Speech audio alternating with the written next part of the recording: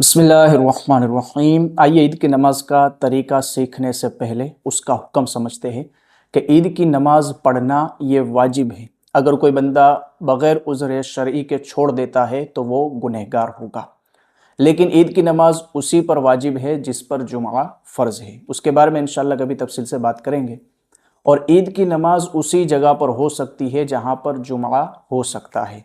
लिहाजा अगर कोई ऐसी जगह है जहाँ पर जुमा कायम नहीं होता, जुमा की शराइत नहीं पाई जाती, तो उस जगह ईद की नमाज भी नहीं होगी।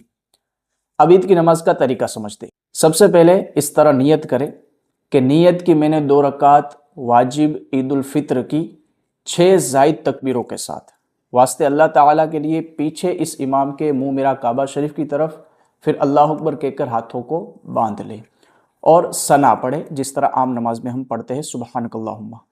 फिर दूसरी मर्तबा जब तकबीर कही जाए तो मुक्तदी भी अल्लाह अकबर कहकर हाथ कानों तक उठाकर छोड़ दे।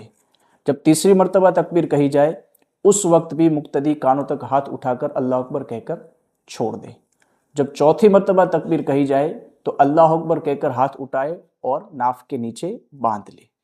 अब इमाम हस्बे मामूल सूरह फातिहा और सूरत वगैरह पढ़कर क़िरात मुकम्मल करेगा और फिर रुकू और सुजूद करके पहली रकात पूरी करेगा। फिर जब दूसरी रकात के लिए खड़े हो तो उस वक्त भी इमाम हस्बे मामूल जिस तरह दूसरी नमाजों में क़िरात करते हैं उसी तरह सूरह फातिहा और सूरत वगैरह मिलाएगा और फिर 3 मरतबा तकबीर कहेगा।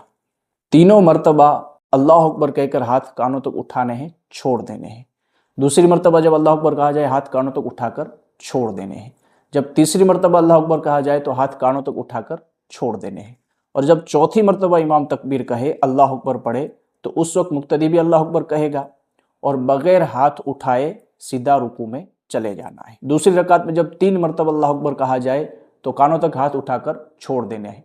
और जब चौथी मरतबा इमाम अल्लाह अकबर कहे तो बगैर हाथ उठाए रुकू में चले जाना है। फिर जिस तरह आम नमाज पूरी होती है उसी तरह हस्बे मामूल इमाम नमाज को पूरी करेगा।